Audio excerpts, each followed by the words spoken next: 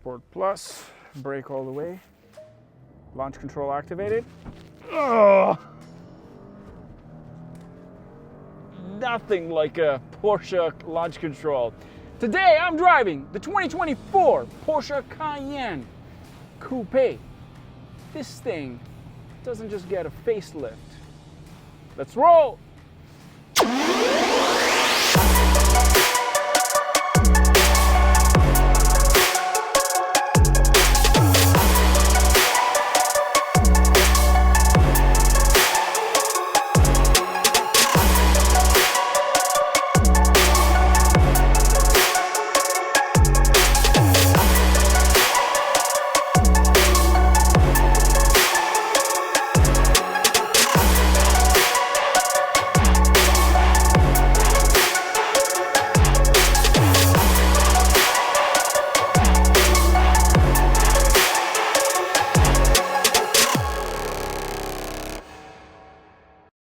The original Porsche Cayenne came out around 2002-2003. Initially, it didn't have the most positive reviews because people weren't used to seeing a Porsche SUV. But quickly that thing became an absolute hot cake. People wanted it, and you can see them pretty much around everywhere because they're super popular. Throughout the years, Porsche introduced different trims, different models, Turbo S, Turbo, you have a GTS version, all sorts of models, including a coupe version, which came out in 2019. And even this became popular. And what we have in here today is essentially a facelift version, but not just that. They've included some mechanical differences for this one. And this is a 2024 model Porsche Cayenne Coupe.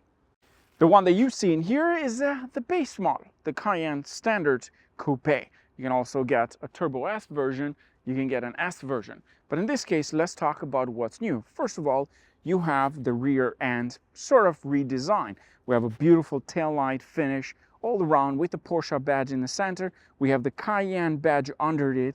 And if you look carefully, there's this skinny, beautiful finish, black, glossy black in this case, lip. But not just that, you see this entire thing pops out and it looks pretty cool, I have to say. At the top over there, we have a beautiful spoiler, very light, not too extended, just gives this a sporty look overall. For this year, we have 3 new colors. We have Algarve Blue Metallic, Montego Blue Metallic, which is the one that we have today, and the Arctic Gray. When it is too bright, it kind of looks a bit like greenish and blue at the same time, which is pretty cool, I must say. Right now it's got a bit dark, but before that, I was staring at it and it looked a bit like lime green. In terms of the wheel setup, you have 3 options. You got the 20-inch, 21-inch, and 22-inch. The ones that you see here are the 21-inch with the Pirelli P0. The front ones are 285/45.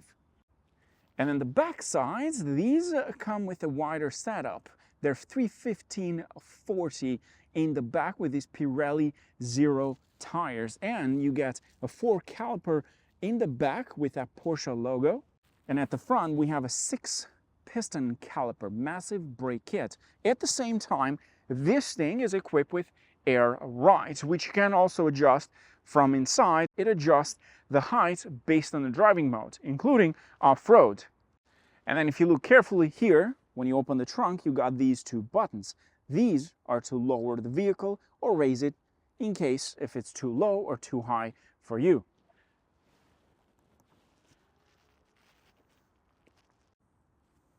One thing I appreciate about this car is the fact that the exhaust tips are not fake. These are real, finished metal, I believe, but they're actually functional, unlike some of the Germans, which essentially have gotten rid of them completely. Porsche has maintained this design, which I really appreciate. If you add the lightweight sport package, it saves up to 72 pounds for the Cayenne Coupe. Moving on to the front end, we have a bit more aggressive, more stylish front end, including these matrix headlights, which are supposed to be this new technology used in the Porsche Cayenne. Gives you a brighter area. They work way better than the outgoing model, let's say in this case, and they have a very cool design. If you look carefully, these are the actual daylight running lights. At the same time, we have this very skinny finish here for another light. But the way these things light up are pretty cool, maintaining that similar design that you see in the Taycan. Then moving on to the bottom part over here, we have a beautiful finish for the actual grille, which again, it opens up nicely because you want to get as much air into that V6 engine in this case. Out of all the coupes out there, the GLE, the BMW X6, the Audi SQ8 or Q8 in this case against the standard Cayenne, I think this car has a lot more presence, not just because it's a Porsche, but because the way it's designed. It is a bit more conservative, not too crazy out there, yet it fits perfectly with that coupe style, which I very much admire. I love the side profile of this thing. It kind of looks, well, let's just say, a bigger version of the Macan in many ways, yet it has a much extensive rear end if you look carefully over here in comparison to the Macan. But the side profile of this thing, it looks like it's ready to take off.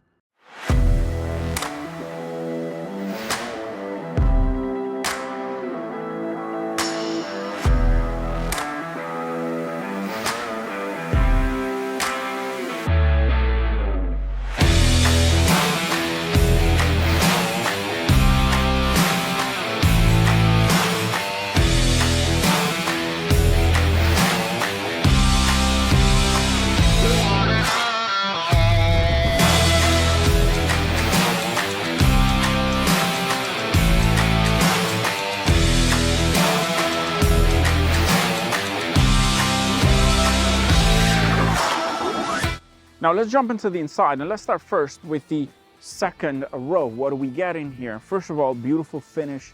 I love this, the way this thing is designed. The quality is fantastic. You don't hear any of that creaking and cracking.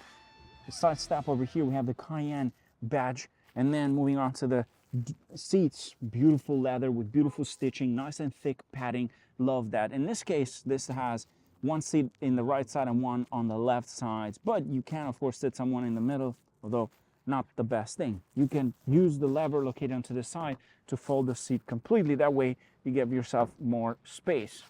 When you jump inside, you get a lot of space in here for a coupe, which I really appreciate. You jump into the middle with this package. We have a climate unit in the back, dual zone in this case, and then you have heated seats for both left and right sides. One thing to admire about this car in comparison to the new car is the fact that it does have a great combination of analog and digital at the same time. What I mean with that, you still get buttons in here.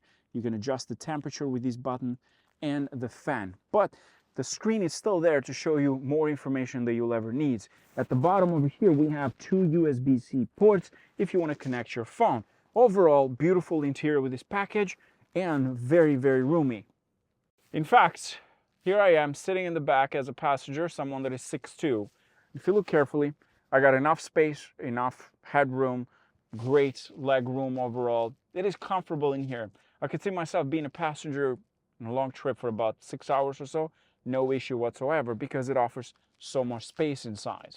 And similar to what you find in the Taycan, well, you get this beautiful panoramic roof from the front all the way to the back, but you don't get an actual sunroof with this package that we have for today's video. You can close, of course, the shade completely. In this case, I've kept it open so I get enough light inside when I'm doing my shooting. Of course, the vehicle is equipped with keyless entry for both front door and the second row door.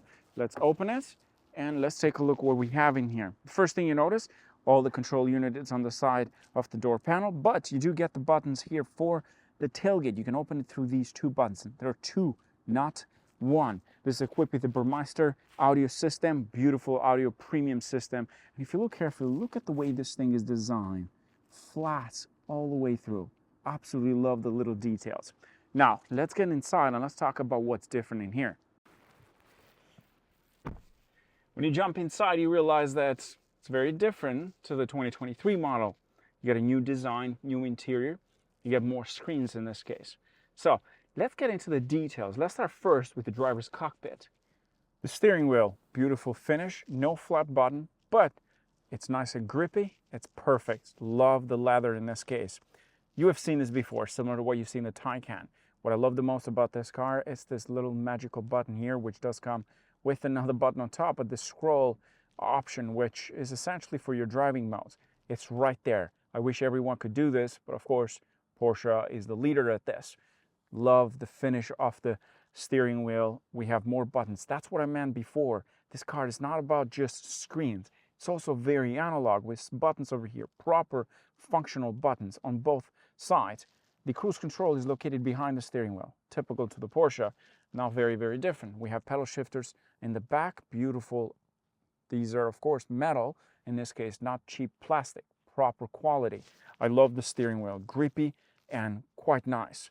Now, moving on to the main over here. This is our digital cluster curved display, as you can see, and it does have sort of like a frameless dashboard for the cluster, which I absolutely love. Totally different design, but very similar to the Taycan, for example. They've brought that kind of theme into this vehicle. You can adjust a lot of things, and it does have different layouts for the cluster. You can keep going. There's the map in this case. Moving on to the next one, full map. And then you go to this one, which it is the night vision. Yes, this vehicle is equipped with night vision, and you can see right in the center over there. Then move on to the next layout. Gives you a different information display. This is a bit more like simple and quiet, so you're not disturbed while you're driving. But these are some of the layouts that are available with this vehicle. Love this, and I love that it offers still that analog style, not necessarily the screen being analog, but the style itself. The start button is still located on the left side, typical to Porsche. We get this beautiful design for the air vents, which, if you look carefully, the only thing moving, it's only this. And it's easy to use because the way it's designed, it grips onto your finger. Look at that. Beautiful design. Even the design over here is different. Now the shift knob is located right onto this area on the dashboard, similar to the Taycan, including the parking button located right at the top. I am not the biggest fan of this, but you get used to it. It kind of reminds me of the Mercedes because it's located behind the steering wheel. This one is located onto the dashboard. The rest of it is in the center. We have the climate unit, which it is touch in this case, haptic design with ventilated seats, heated seats, dual climate zone, but you still get buttons, including for the volume over here and to turn off and turn on the radio. In the center here, we have more space. The shift knob used to be here. Now it's moved, it's gone up there. But in this case, you get that extra compartment. Then 2 cup holders, and then the armrest located in here. The next thing you notice that you get these handles, which kind of remind me a little bit of the Mercedes, but not sure who invented it first, whether it was Porsche or Mercedes, it doesn't matter. This is a nice touch. I love the design of this. Nice and grip. If you're trying to get inside or you're going to hold on to it when you go around the track for the passenger, this will come in real handy. With this package, of course, we get the Porsche design clock here, the Sport Chrono, in this case, which I absolutely love. Wish I could make this into a proper watch. I know it's too big, but I love big watches. Moving on to this area, we have something else in here. That is your wireless charging pad with 2 USB-C ports. In this case, I have my phone, 15 Pro Max. We're going to slide it in and see how fast it will make the contact. Well, it's already charging right now. That was easy. Slide it right in, and now it starts charging. Pretty quick. Now let's move on to the actual infotainment display. This is bigger size in comparison to the outgoing model, something you have seen again in the Porsche Taycan. In this case, it is touchscreen. You control everything easily from here. And what's even more important is the fact that this thing has a lot of information in here, including a Sport Chrono package in this case. If you want to take this around the track, you can do so. I mean, it still is a V6 twin turbo, so it does pretty well. Next thing, you go into the main menu, you have Apple and Android connectivity wirelessly. In this case, as you can see, the icons are right there. Connect your phone wirelessly. Go into the vehicle. There's a lot of customizations in this case. Go into drive, chassis, start and stop. You have your assistant in this case. You have the speed limit, route, intelligent speed adaptation. So every time it reads the sign, it will adapt to that speed. There's your trip in this case. And then there is the comfort side. We have ambient lighting with this package. You can change all the modes, and in this case, you can do different types of ambient lighting. Door, same thing. How fast do you want it? How much brightness do you want in this case? Including the cup holders, footwell, and the overall brightness. Then you go into the driver's seats. You have your heat balance, ventilation, all that information that you need is right here. Passenger seats at the same time. Comfort entry, so it will adjust based on your memory setting. And then you can adjust the passenger seat from here. Now into different driving modes, let's say sport mode, you go into sport plus, you can also adjust the position of the air suspension in this case.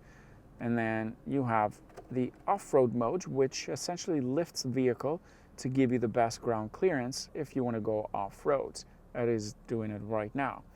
You also have different driving off-roads. You have your gravel, mud, sand, and rocks, because someone will be taking this off-road, I would assume. You also have different levels for off-roading, level 1, level 2, which increases the overall height of the vehicle.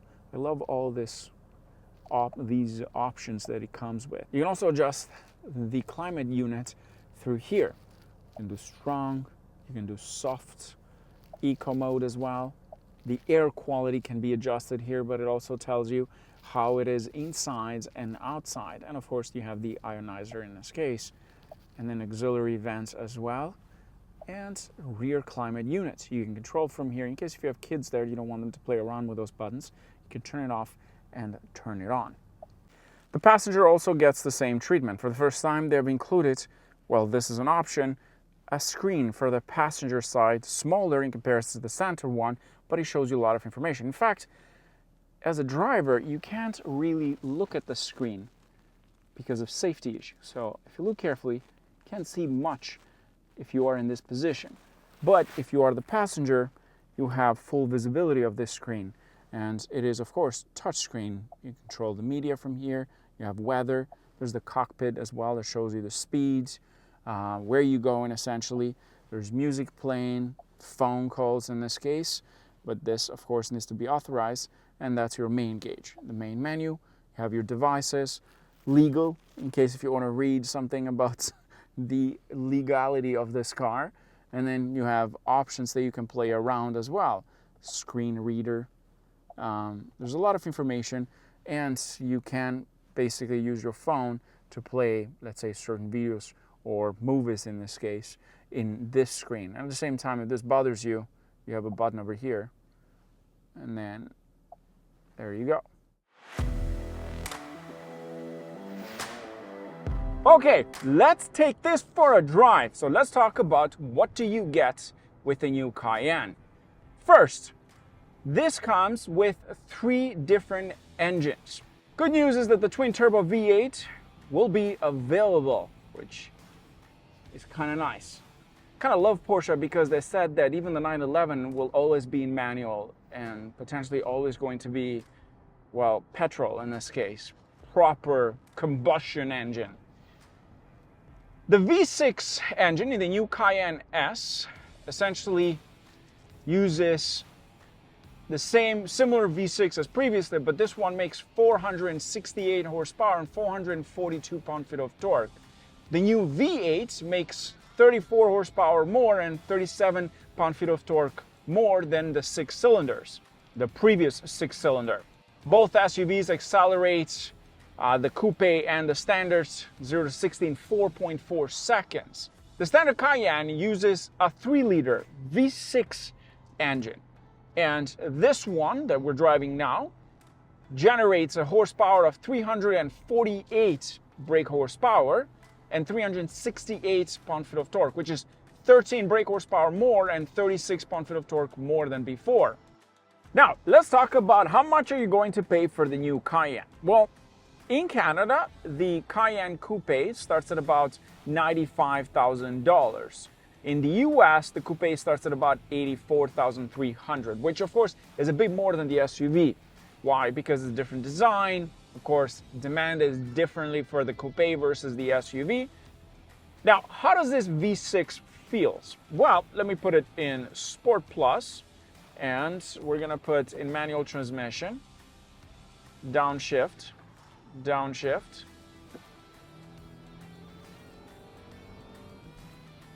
It's punchy. It's really punchy. It's got great handling, this machine. It doesn't feel as heavy as it looks when you're driving it.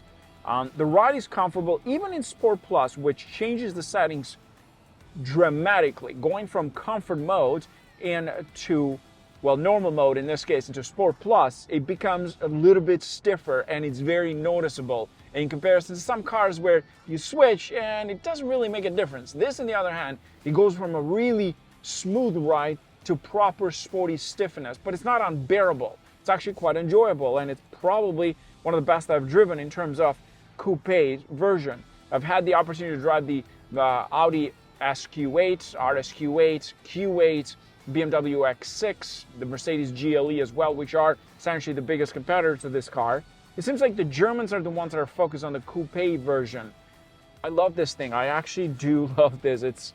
I'm not a big fan of coupes in general, but this one drives really nicely, and it's very, very comfortable in my opinion. Really nice.